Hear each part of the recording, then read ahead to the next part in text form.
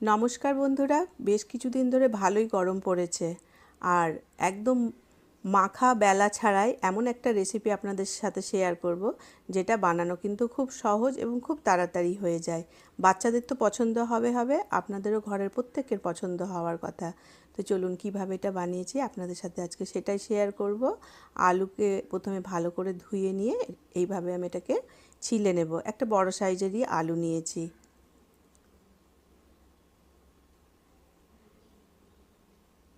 দেখুন ঠিক এইভাবে ছিলে নিয়ে গ্রেটারে আমি এখন গ্রেট করে নেব, কিন্তু যেদিকে ছোট ছিদ্র সেই দিক দিয়ে কিন্তু এটা ভালো করে গ্রেট করে নিতে হবে।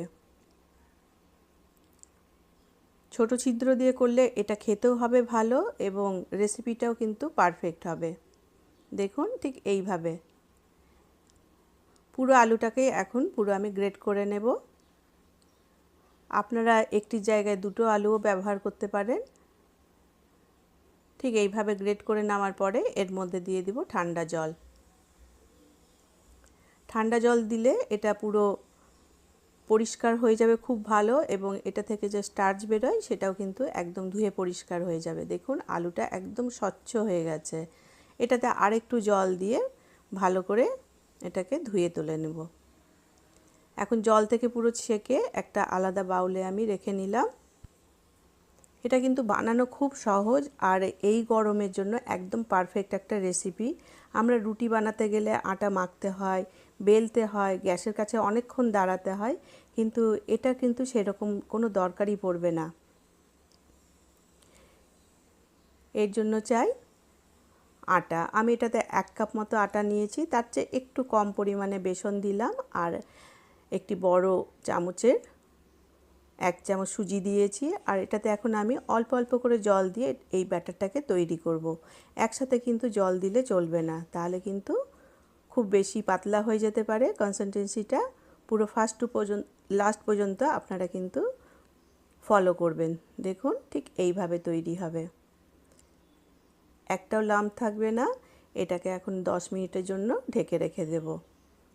তাতে সুজি, আটা এবং বেসনটা ভালো করে জলের মধ্যে যে আমি মিক্স করেছিলাম সেটা ভালো করে এর মধ্যে ব্যাটারটা সুন্দর তৈরি হয়ে যাবে। দেখুন কনসিস্টেন্সি পুরো এইরকম হবে। 10 মিনিট পরে এটাকে ভালো করে আবার নেড়ে নিলাম। আর এরকম রেসিপিতে একটু ধনেপাতা ব্যবহার করলে তার টেস্টটা কিন্তু আরও বেশি ভালো হয়। আমাদের এখানে যেরকম সারা বছরই ধনেপাতা পাওয়া যায়, অনেক জায়গায় ধনেপাতা পাওয়া যায় না। তার পরিবর্তে আপনি কেশরি মেথিও ব্যবহার করতে পারেন, তারও ফ্লেভারটা কিন্তু ভালো হয়। স্বাদ মতো একটু কাঁচা লঙ্কা দিয়েছি, আমি এটাতে একটু কেশরি মেথি দিয়েছি, দিলে এর টেস্টটা আরও বেশি বেড়ে যাবে।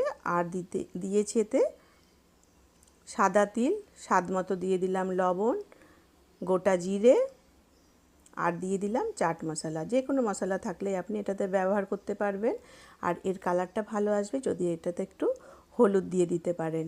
আর ছেঁকে রাখা যে আলুগুলো রেখেছিলাম গ্রেট করে, সেটা এখন এর মধ্যে দিয়ে ভালো করে মিক্স করে দেব। এটা বানানো কিন্তু খুবই সহজ এবং খুব কম তেলের মধ্যে দিয়ে কিন্তু এটা বানানো যেতে পারে। সকালে বাচ্চাকে টিফিনেও দিতে পারেন, সন্ধেবেলাও দিতে পারেন। এটা বানিয়ে আপনি ফ্রিজেও রেখে দিতে পারেন, বানিয়ে যখন খুশি তখন আপনি বানাতে পারবেন।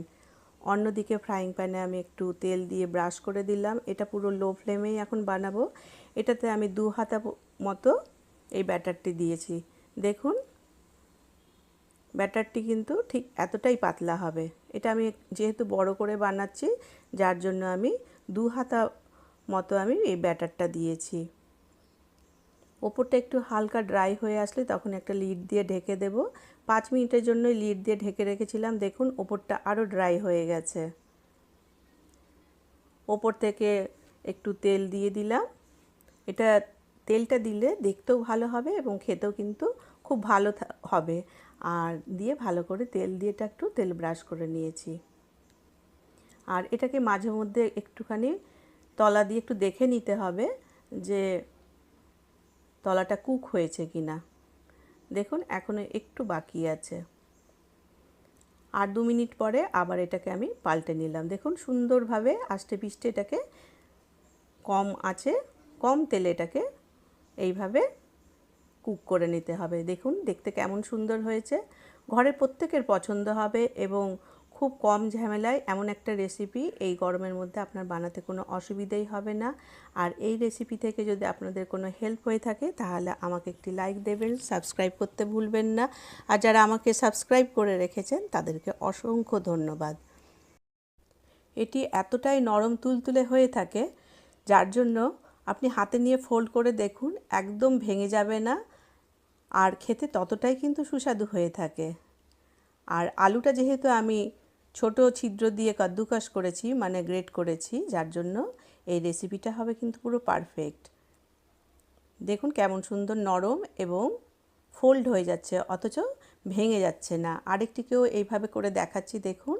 আর এটা যে কোনো চাটনির সাথে আপনাদের ভালো লাগবে, যেরকম আমি ধনেপাতা চাটনি দিয়ে আমি এটা সার্ভ করেছি, আচার দিয়েও ভালো লাগবে। আজ এই পর্যন্ত, ধন্যবাদ। সবাই ভালো থাকবেন।